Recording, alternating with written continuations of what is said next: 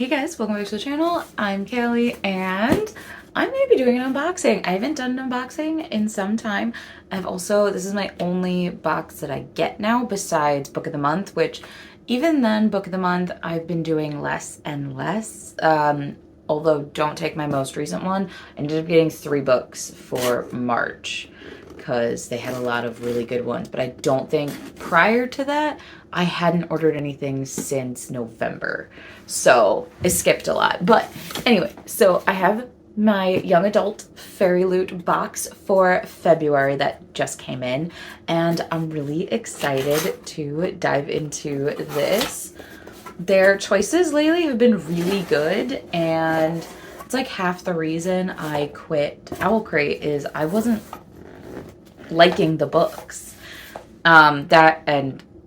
Their items started to feel very, very cheap and not worth any what I was paying for. I don't remember what the theme is for this one, and it's not telling me, and there's not a card on top, but there is a pouch, which is the first item right on top, that says, "The stars incline us, they do not bind us, Chloe Gong." I'm going to assume this is from These Violent Delights. Chloe Gong, that's her big thing. I know she has a totally different series coming out later this year, but I think of the 4 books now that she has out, they all have to do with that world.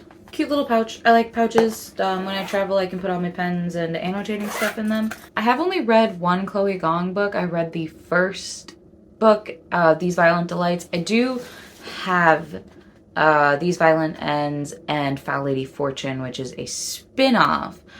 I think she just had a novella drop early, I think maybe last week. It was Violent Calls. It's a novella collection based off of These Violent Delights, but it's a Romeo and Juliet in 1920s Shanghai, China, and I remember really liking book 1, so I will eventually get to book 2 and the spin-off. Next we have a box. I think this is part of their mug collection. Oh yeah, right on the back it says "From Blood and Ash" mug. Ooh.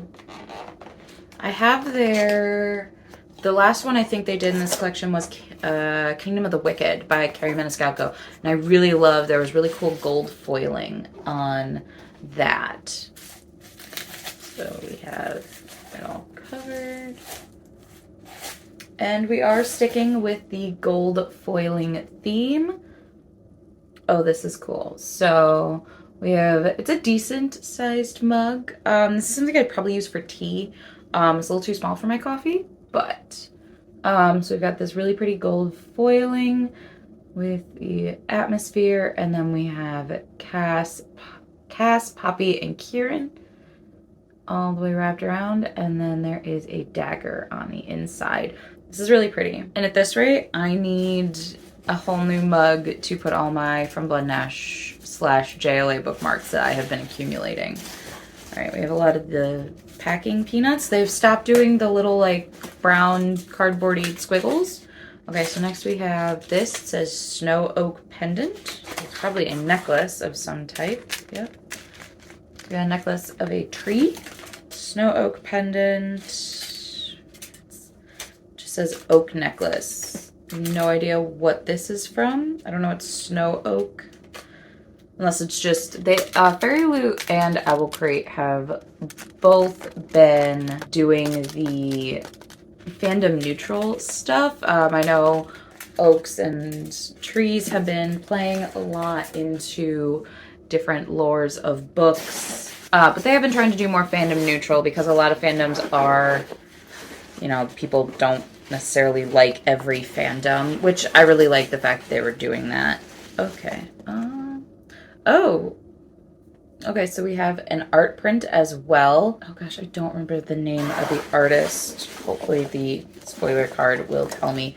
But this looks like, okay, so then we have the book, and there should be, Okay, so we have this really cool gold foiled art print. This looks like it's from Once Upon a Broken Heart by Stephanie Garber, which is the Jack story that looks like Evie with the pink hair. Okay, So we have the foiled mug, the pencil case, foiled art print. Rosie Thorns, that's her name. So this is a Rosie Thorns art print. This is really pretty. And I really did like Once Upon a Broken Heart. I have books 1 and 2. I've only read book 1, but I gave book 1 5 stars. And the oak pendant is from the Black Witch Chronicles by Laurie Forrest. Okay, that is not something I've read. This is the spoiler card. Our theme is Morally Gray. So, okay, from Blood Nash, Once Upon a Broken Heart, and These Violent Ends, those all make sense now. So we have the 2 of Stars. Okay. And the Ace of Stars. This almost feels like the Stardust Thief, maybe?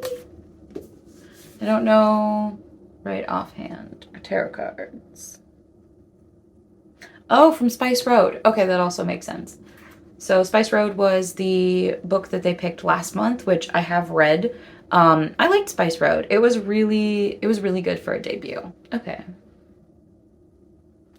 All right. So then we have the book, and it feels very thin. Doesn't feel like a very thick book, which I'm kind of grateful for. The last couple have been really big books. Not that I don't mind a big book or a tome, but there are times where I just want a smaller book. All right, so we've got, oh gosh,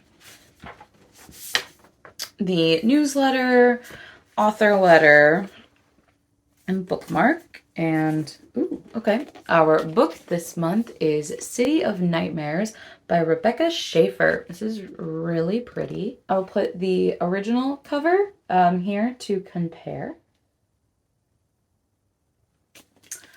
On the back, it says, face your fear or become your nightmare. We have really pretty ombre sprayed edges.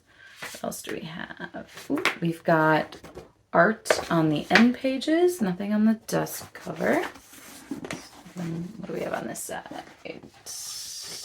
Okay, most likely our love interests. Ooh. And we have art on the naked cover as well. That's a dinosaur? Huh. Okay.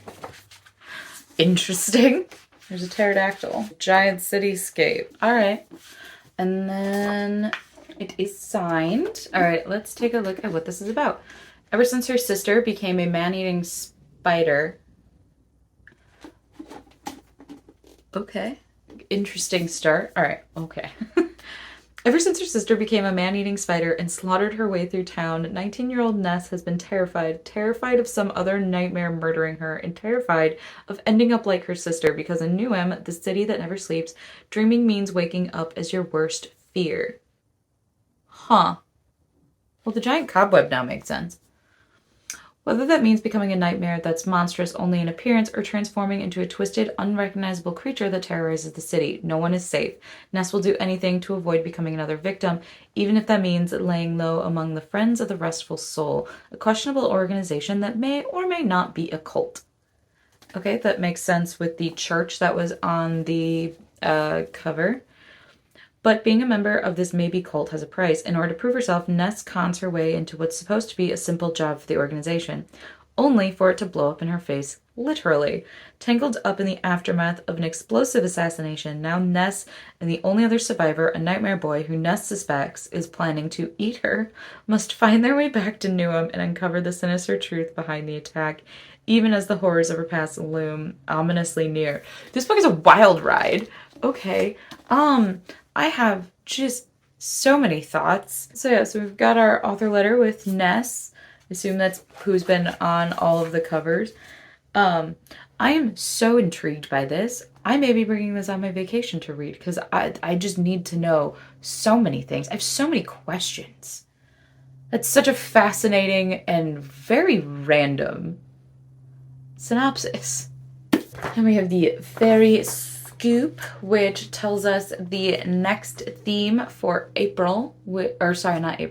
March, which is eternal. Revolution is near, but power is eternal, is the theme. They've been having much more plain, simple themes lately, which I've been liking. But that's it for this unboxing. I'm really intrigued by this book, and we'll definitely be reading it this month. And I love the mug. I think the mug's my favorite because I do love From Blood and Ash a lot. So that's gonna be it for today's video. Please like, comment, and subscribe to our channel. We post videos every Wednesday, Friday, with the occasional Sunday, and I'll see you guys in our next video.